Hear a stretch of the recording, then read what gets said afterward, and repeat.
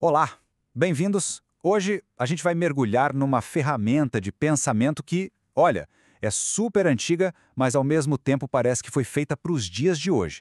Vamos falar sobre o Trivium. Parece que todo dia a gente é soterrado por uma avalanche de notícias, dados, opiniões, né? É muita coisa. Se essa sensação de estar sobrecarregado soa familiar, saiba que essa não é uma luta nova. A questão de como pensar com clareza no meio do caos é milenar. E se a resposta estivesse, na verdade, num manual clássico sobre as artes da linguagem? É exatamente isso que a gente vai investigar. Vamos mergulhar no livro O Trivium, da irmã Miriam Joseph, para redescobrir um sistema que foi pensado lá atrás para disciplinar e libertar a mente. Então, o nosso roteiro de hoje é este aqui. Primeiro, a gente vai entender o que é o Trivium. Depois, vamos analisar cada uma das suas três artes, a gramática, a lógica e a retórica. E, por fim, vamos conectar tudo isso com os desafios que a gente enfrenta hoje. Ok, vamos lá. Para começar, é importante saber que o Trivium não surgiu do nada, sabe? Ele é, na verdade, a base de um sistema educacional muito maior, conhecido como as 7 artes liberais. E aqui um detalhe crucial. A palavra liberal não tem nada a ver com a conotação política de hoje em dia. Ela vem direto do latim liber, que significa livre. Eram as habilidades que se consideravam essenciais para que uma pessoa livre pudesse participar da vida em sociedade. Artes que libertam a mente do erro, da confusão. Essa estrutura das 7 artes se divide em 2 grandes grupos. De um lado, o quadrivium, que lida com o mundo da matéria, dos números, do espaço. E do outro lado, o nosso foco, o trivium, as 3 artes da linguagem, que organizam a nossa própria mente, gramática, lógica e retórica. Então, vamos para a primeira arte para entender como isso tudo se constrói. Gramática. Mas calma, esqueça aquelas regras de verbo que a gente decorava na escola. No Trivium, gramática é algo muito mais profundo. É a arte de entender os tijolos do pensamento, os símbolos. O pulo do gato é este aqui. Um símbolo é um sinal que só tem significado porque nós, como sociedade, concordamos com ele. Pensa bem, não existe nada num cavalo de verdade que se pareça com as letras C, A, V, A, L, O. É um acordo, uma convenção. E essa diferença é fundamental. Uma foto de um cavalo é uma imitação, ela se parece com o animal. Agora, a palavra cavalo é um símbolo. Ela representa o bicho só porque a gente combinou que seria assim. Dominar a gramática nesse sentido é dominar o poder de usar símbolos para capturar a realidade. Para organizar esses símbolos, existem ferramentas clássicas, como a árvore de Porfírio, que mostram como a gramática nos ajuda a classificar o mundo. O processo começa com um conceito bem geral, tipo substância, e aí vai adicionando características, material, animado, sensível, racional, até chegar numa definição bem precisa, como o homem. Isso é a gramática em ação, criando ordem a partir de símbolos. Certo? Se a gramática nos dá a matéria-prima, os símbolos, as definições, a lógica nos dá as ferramentas para construir algo sólido, algo verdadeiro com tudo isso. É basicamente a arte de pensar do jeito certo.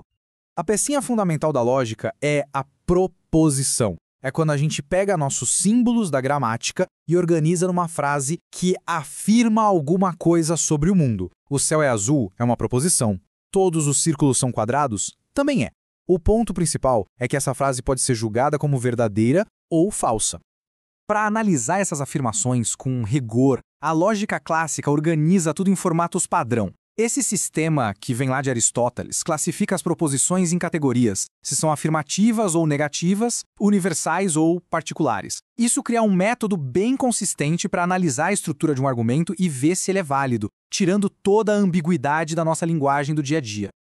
A lógica também nos ensina a diferenciar os tipos de verdade. Uma proposição necessária é aquela que é verdadeira pela própria definição. Um triângulo equilátero não tem como não ter ângulos iguais. Já uma proposição contingente, bom, aí depende do que a gente observa no mundo. Um corvo ser vermelho é logicamente possível, mas na realidade a gente sabe que é falso. Entender essa diferença é importantíssimo para não confundir definições com fatos.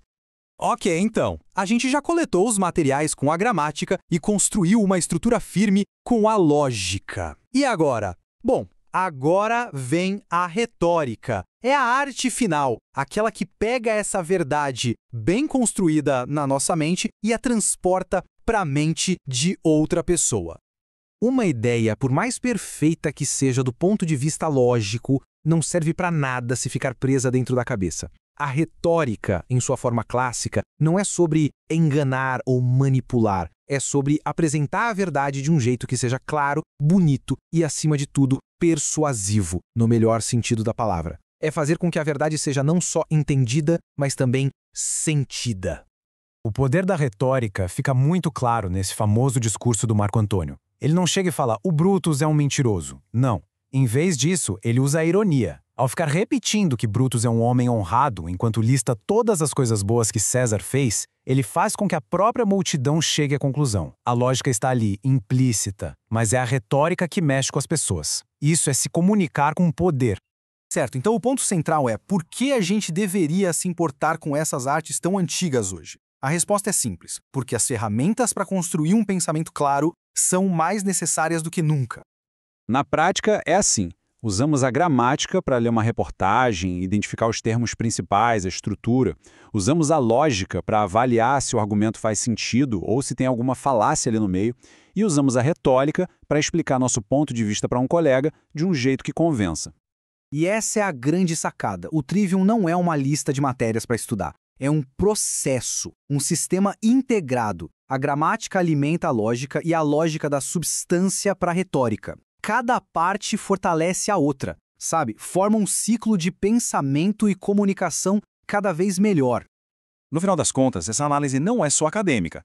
As ferramentas do Trivium são um antídoto poderoso para a confusão da nossa era digital. A pergunta que fica é, como cada um de nós pode afiar e usar essas ferramentas para navegar melhor neste nosso mundo tão complexo?